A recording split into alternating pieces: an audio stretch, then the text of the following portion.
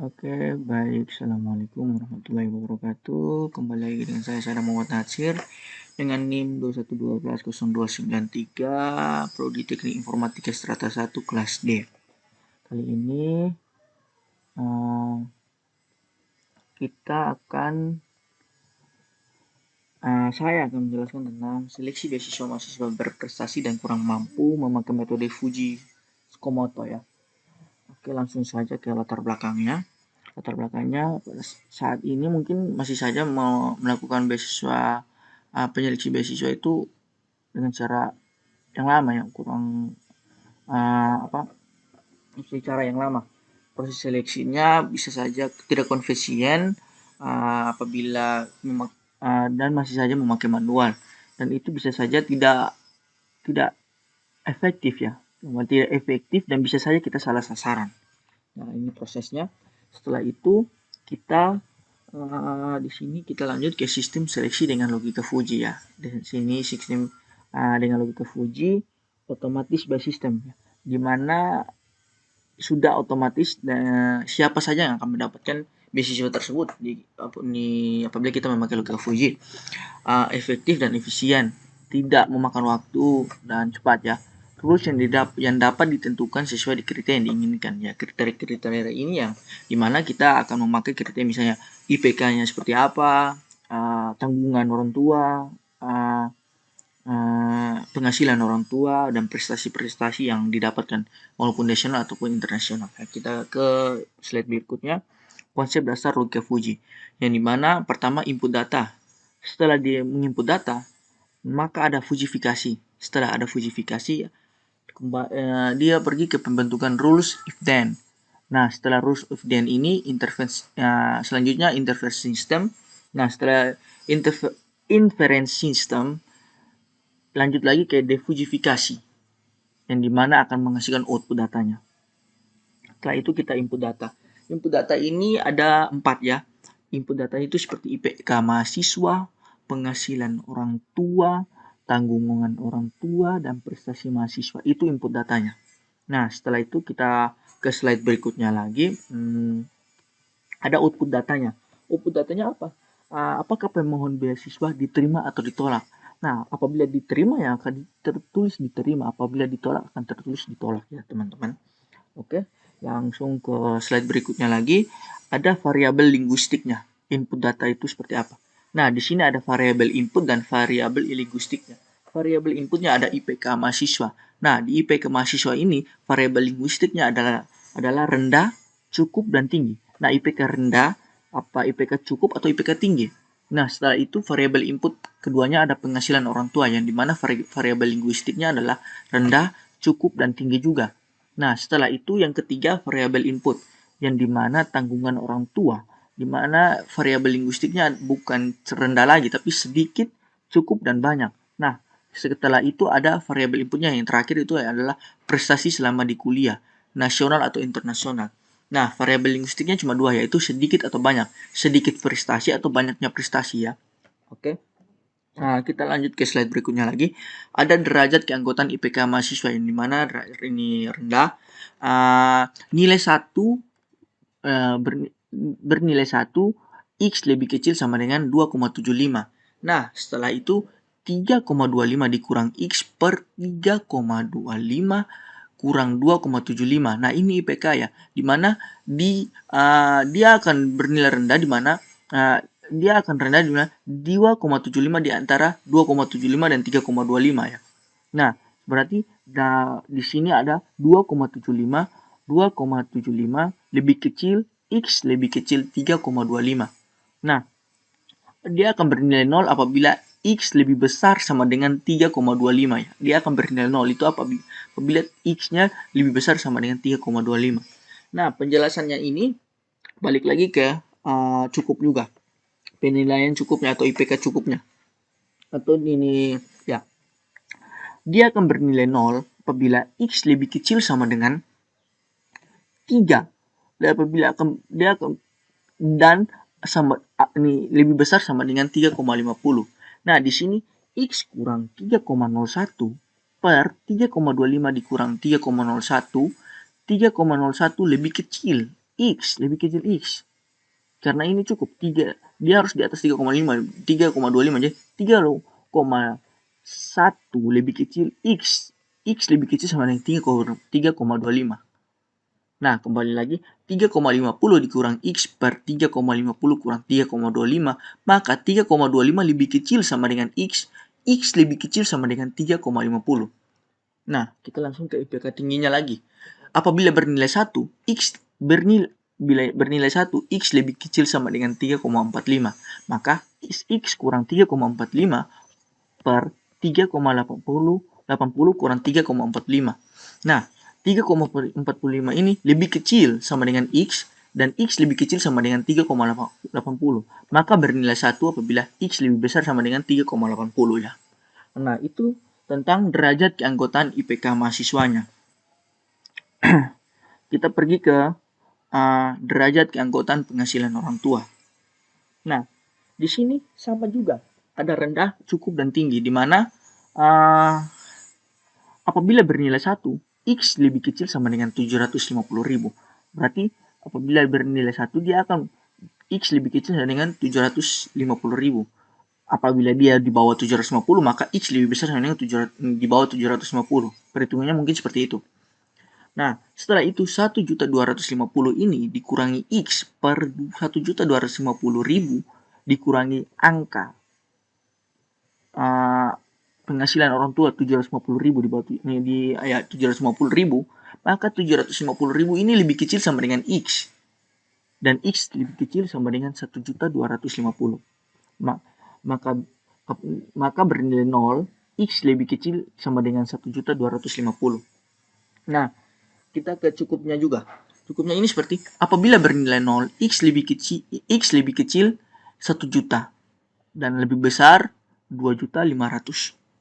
Nah, X dikurangi 1 juta per 1.750 dikurangi 1 juta. Nah, 1 juta ini lebih kecil sama dengan X, dan X lebih kecil sama dengan X lebih kecil 1.750. Tidak, belum pakai ini lebih kecil sama dengan ini. Karena berlanjutnya lagi, 2.500.000 ini dikurangi X per 2.500.000 dikurangi 1.750. Ya,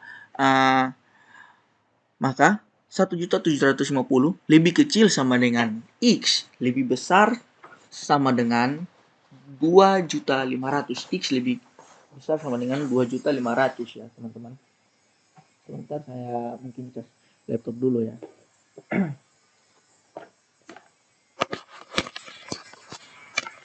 Oke, lanjut ke tinggi lagi ya. Penghasilan tinggi orang tua. Nah, apabila bernilai 1, apabila bernilai 1, maka X lebih kecil 2 juta rupiah. Maka X kurang 2 juta per 3 juta kurang 2 juta. Maka 2 juta lebih kecil sama dengan X lebih besar 3 juta. Maka bernilai 1 apabila X lebih besar sama dengan 3 juta.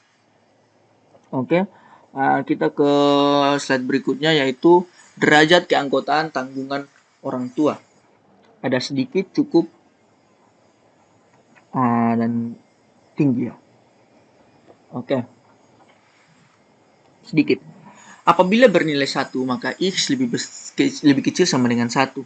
Maka 3 kurang X per 3 kurang 1. Satunya dapat dari mana? Dari X ini. X lebih kecil sama dengan 1.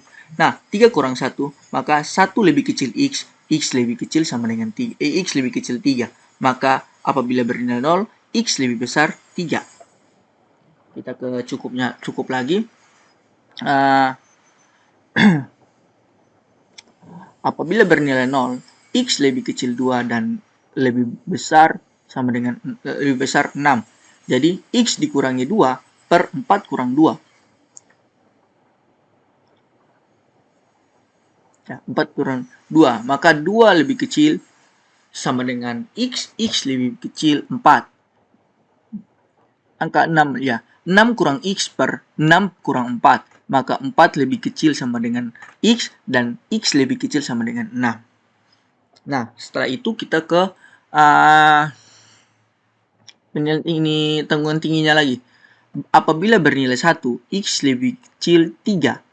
Nah, maka X kurang 3 per 6 kurang 3. 3 lebih kecil sama dengan X lebih kecil 6. Maka bernilai 1, X lebih besar 6. Oke, ini untuk derajat keanggotaan tanggungan orang tua. Nah, lanjut ke derajat keanggotaan prestasi mahasiswa, yang dimana prestasi sedikit itu apabila bernilai 1, X lebih kecil 2. Maka 3 dikurangi X per 3 kurang 1. 2 lebih kecil sama dengan X lebih kecil 4. Maka apabila bernilai 0, X lebih besar sama dengan 4. Nah, di sini prestasi yang banyak juga. Apabila bernilai 0, X lebih kecil 3.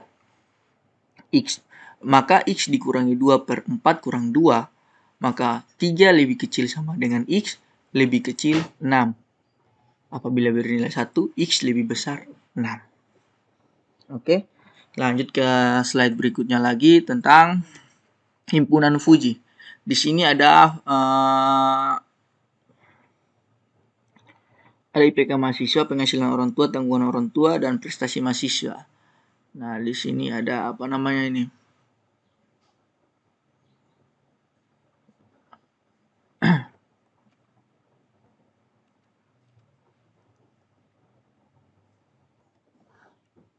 Oke. Lanjut, di sini ada grafiknya ya. Ada IPK mahasiswa, grafik himpunan Fujinya itu ada IPK mahasiswa, penghasilan orang tua, prestasi mahasiswa, tanggungan orang tua. Oke. Himpunan Fuji. Nah, ini grafiknya ya. Ada 1, 0,5 dan 0 ya. Sini IPK mahasiswa rendah, cukup dan tinggi. Apabila 2,75 sampai 3,25 ini dinyatakan IPK rendah ya. Oke. Nah, di sini 3 sampai 3,00 sampai 3,50 ini dinyatakan IPK cukup ya. Dan apabila 3,45 sampai seterusnya maka dia dibilang IPK tertinggi. Nah, lanjut berikutnya penghasilan orang tua. Di sini ada rendah, cukup dan tinggi. Di sini ada nominalnya juga. Ada 750.000, 1 juta, 1 juta 250.000, 1 juta 750.000, 2 juta, 2 juta 500 dan sampai 3 juta ya. Nah, apabila penghasilan orang tua 750 sampai 1 juta 250, maka dinyatakan penghasilannya rendah. Dan apabila penghasilannya di atas 1 juta 250 sampai 3 juta, maka penghasilannya itu bisa tergolong cukup. Dan apabila penghasilannya 2 juta sampai seterusnya, maka penghasilannya itu termasuk tinggi. Seperti kembali lagi ke tanggungan orang tua juga. Tanggungan orang tua ini ada sedikit, cukup, dan banyak. Nah, apabila tanggungannya 1 sampai 3 orang, maka sedikit. Dan apabila tanggungannya 2 sampai 6 orang itu tergolongan cukup. Dan apabila tanggungannya 3 sampai lebih dari 6 orang, maka tanggungannya itu banyak. Oke. Kita lanjut ke prestasi mahasiswa juga ini seperti ada sedikit dan banyak. Nah, apabila prestasi mahasiswa ini 1 sampai hanya cuma 1 dan 4 saja, sampai 4 saja, maka tergolongnya sedikit prestasi mahasiswa itu. Dan apabila prestasinya 3 sampai lebih dari 6, maka itu akan termasuk prestasi yang sangat banyak. Oke. Kita lanjut ke slide berikutnya, dan mohon maaf mungkin penjelasan saya mungkin ada yang keliru atau mungkin kurang jelas, itu mungkin kesalahannya dari saya, teman-teman. Kita lanjut ke himpunan berikutnya, ada rules-nya ya. Rules-nya ini seperti ada IPK mahasiswa, penghasilan orang tua, tanggungan orang tua, dan banyak prestasi selama kuliah. Nah, setelah dari semua ini kita cari, kita memakai ini metode Fuji Tsukamoto, maka kita akan mendapatkan hasilnya, beasiswanya ini diterima apa atau ditolak. Nah, di sini ada IPK mahasiswanya dari rule 1 sampai rule 8 ya. Maka ada IPK mahasiswa cukup, tinggi, cukup, tinggi, cukup, tinggi, tinggi, tinggi, tinggi. Nah, setelah itu penghasilan orang tuanya juga dilihat ini. Setelah itu, ini kan setelah penghasilan orang tuanya dilihat, tanggungan orang tuanya lagi. Seperti itu, dan banyak prestasinya itu. Nah, apabila IPK mahasiswa, penghasilan orang tua, tanggungan orang tua, dan banyak prestasi ini sudah dihitung, sudah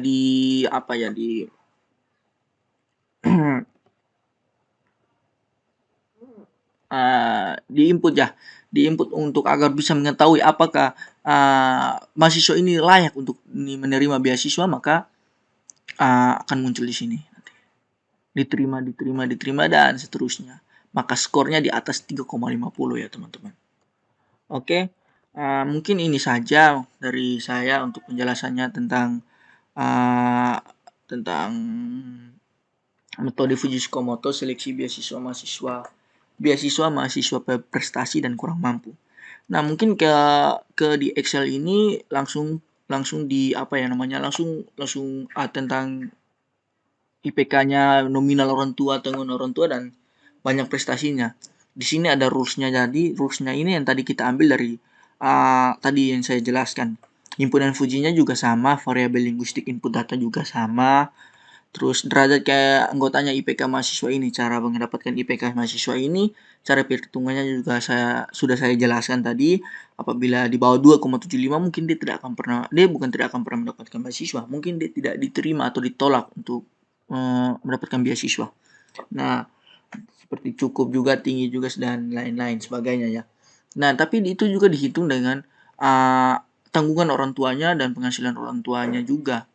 Dan banyak prestasi. Apabila dia mempunyai banyak prestasi, mungkin akan diterima beasiswa juga. Atau tanggungan orang tuanya banyak, atau penghasilan orang tuanya mungkin rendah, itu bisa mendapatkan beasiswa juga ya. Di sini ada variabel linguistiknya juga yang tadi saya jelaskan, rules-nya, dan derajat IPK mahasiswanya ada di bawah juga, ada di sini ya. Di sini setelah itu di sini ada isinya ya, mana mahasiswa yang nomor pertama IPK-nya 3, berarti rendah ini. Penghasilan orang tuanya juga di sini ada cukup juga ya. Maka tanggungan orang tuanya 2, di sini juga cukup ya. Banyak prestasinya 4, maka dia akan diterima. Karena IPK-nya masuk, penghasilan orang tuanya masuk, tanggungan orang tuanya juga masuk, dan banyak prestasi selama kuliahnya masuk, maka dia akan diterima ini. Nah, maka hebatnya pemakai metode himpunan Fuji ini, maka dia akan dia akan membuat kita lebih efisien untuk